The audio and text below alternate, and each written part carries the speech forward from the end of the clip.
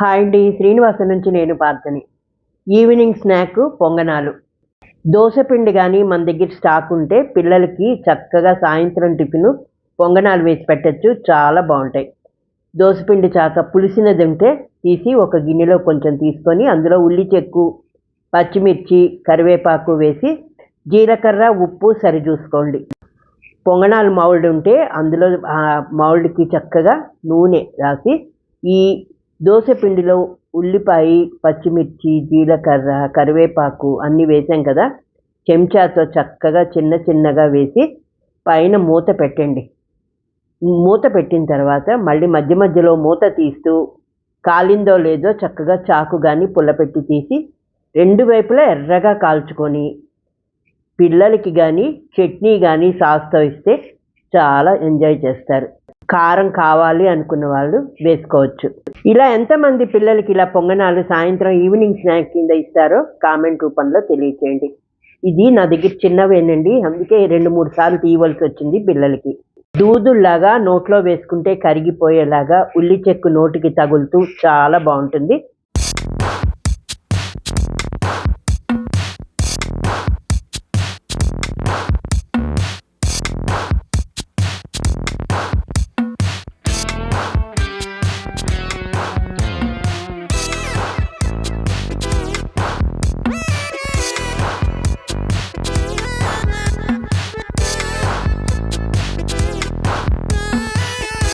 మూత పెట్టి ఒక 5 నిమిషాలు ఉంచిన తర్వాత ఒక్కసారి మూత తీసి చూసుకోండి.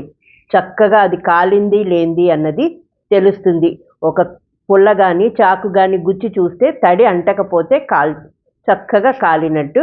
నేను మళ్ళీ రెండోసారి మూత పెట్టాను, చూసారా? ఇప్పుడు దాన్ని రెండు వైపులా కూడా ఎర్రగా కాల్చుకొని చక్కగా చట్నీతో తింటే సూపర్ టేస్ట్ అయితే ఉంటుంది. చూడండి అది రావడానికి ఎంత ఏడిపిస్తుందో. ఇలాగ ఎర్రెర్రగా బాల్స్ లాగా చేత్తో ముట్టుకుంటే చాలా మెత్తగా, నోట్లో వేసుకుంటే కరిగిపోయేలా. చూడండి వీడియో చివరిదాకా.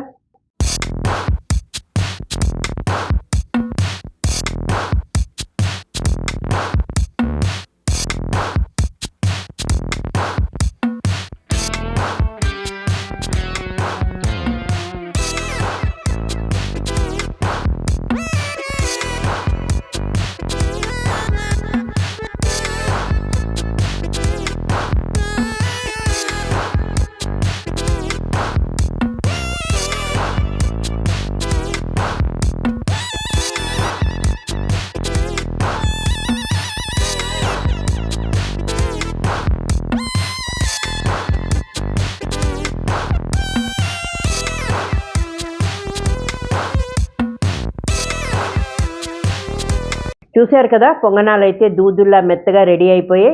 దీన్ని టమాటో కొత్తిమీర చట్నీతో తింటే పిల్లలు చాలా ఇష్టపడతారు. ఈ వీడియో కానీ నచ్చితే ఒక లైక్ చేసి, షేర్ చేసి, సబ్స్క్రైబ్ చేసుకోండి. హై బటన్ని క్లిక్ చేయండి. మరొక కొత్త అంశంతో మళ్ళీ మీ ముందుకు వస్తాను. అంతవరకు సెలవు, మీ పార్థ.